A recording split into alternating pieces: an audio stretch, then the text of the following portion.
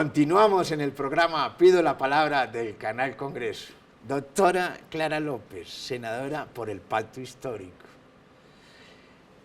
El tema económico es un tema, uno puede hablar de bellezas, de política, lo que sea, pero lo que sienten los colombianos es el bolsillo.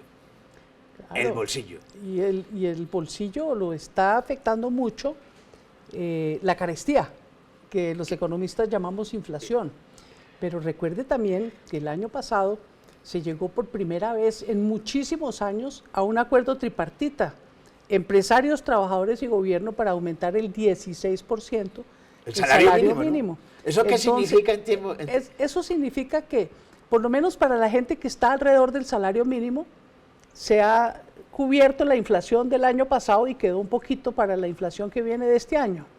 Entonces esperamos que ese aumento alivie los bolsillos con la moneda cara que estábamos hablando de la carestía. Pero los trabajadores formales en Colombia son pocos, realmente a toda la población informal, que es casi el 60%. El 60%, mire, solamente el 10% de la gente devenga el salario mínimo. De ahí hacia abajo, 300, 400, 500, 800, 1 millón de pesos. Quedó el salario mínimo en 1.300.000 para los que están en esos niveles, porque se aumentó también el subsidio del transporte. De ahí para arriba, esta tasa repercute, porque a todo el mundo le suben el salario de una u otra manera. La carrera es entre el salario y los precios.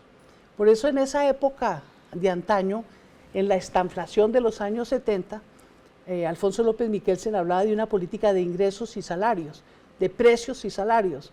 Hay que ver cómo se mantiene el ritmo de aumento de unos y otros para que no se presione la inflación con demasiado aumento de salario, pero que los precios no se desborden para que hagan absolutamente inocuo el aumento de los salarios. Senadora, es que los empresarios siempre alegan que si se aumenta demasiado el salario mínimo, eso va a producir desempleo.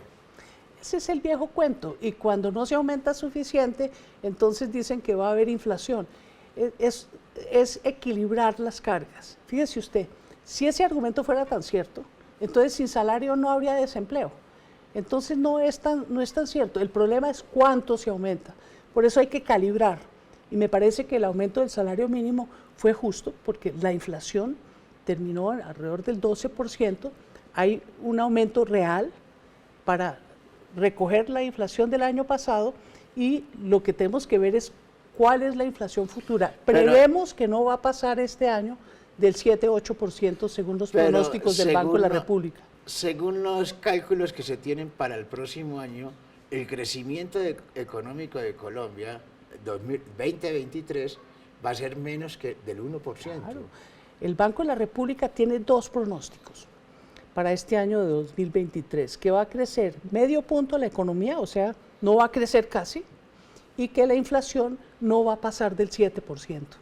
Entonces, esperamos que eso se acople con el salario mínimo, y yo creo que los cálculos, ojalá no se cumpla el decrecimiento, porque recuérdese que los organismos internacionales piensan que Colombia puede crecer más de lo que dice el Banco de la República. Pero el empleo no va a venir por el lado del crecimiento, como dijo Gustavo Petro. El empleo va a venir por el lado del gasto público. El gasto público, con la reforma tributaria, se va a aumentar en la parte social de manera muy importante. Pero eso no es empleo de calidad, porque el Estado gasta para que la gente no muera de hambre. No, pero el crecimiento siempre se da sobre la riqueza, y la riqueza se da sobre el trabajo. Pero es que usted no me deja terminar de explicar. ¿En qué se va a gastar la plata? Se va a gastar en la reforma agraria para estimular la producción agropecuaria y generar reducción de los precios de alimentos y seguridad alimentaria, y en la economía popular redireccionando crédito para reemplazar el gota a gota y generando condiciones. Expliquemos muy bien eso, porque es el argumento de la oposición al modelo macroeconómico que está impulsando el gobierno Petro. Expliquémosle muy bien eso a los colombianos, porque ellos piensan de que el gobierno va a regalarles la plata. No. Por ejemplo, estaban molestando el año pasado que los gestores de paz iban a ganar 1 millón de pesos. ¿Y quién trabaja gratis? Si usted va a tener un gestor de paz, va a tener un salario. Y ese salario no solamente le permite a él demandar, sino producir. Está hablando de 100.000 gestores de paz, no Bueno, jóvenes. bueno, pues vamos Eso a ver. equivale a más de 2 billones de pesos. Bueno, sí. ¿Y qué? ¿Y cuánto vamos a recaudar por la reforma tributaria? 20 billones se Bueno, supone. Entonces, yo lo que creo es que no hay que escuchar solamente lo que dice la oposición. Hay que escuchar que la política gubernamental tiene otro enfoque. Piense usted, si logramos los 100.000 jóvenes que hoy no estudian ni trabajan, pues son la materia prima para los grupos armados ilegales. Y lo que estamos haciendo es sacando a esa gente de esa condición para que aporten a la paz del país, a la seguridad del país y desde luego en distintas actividades que generan la productividad en las regiones. O sea que esos 100.000 jóvenes van a ir a la paz total, a contribuir a la paz total. Aparte, claro, los gestores de paz son esenciales. No sé si usted se recuerda, en la capital de la República, en Bogotá. Usted fue alcaldesa de Bogotá. Yo fui ¿no? alcaldesa de Bogotá y fui secretaria de gobierno. Y en esa época los gestores que llamábamos de convivencia eran esenciales en miles de tareas complementarias de la seguridad, del cuidado de los parques, del cuidado de la gente.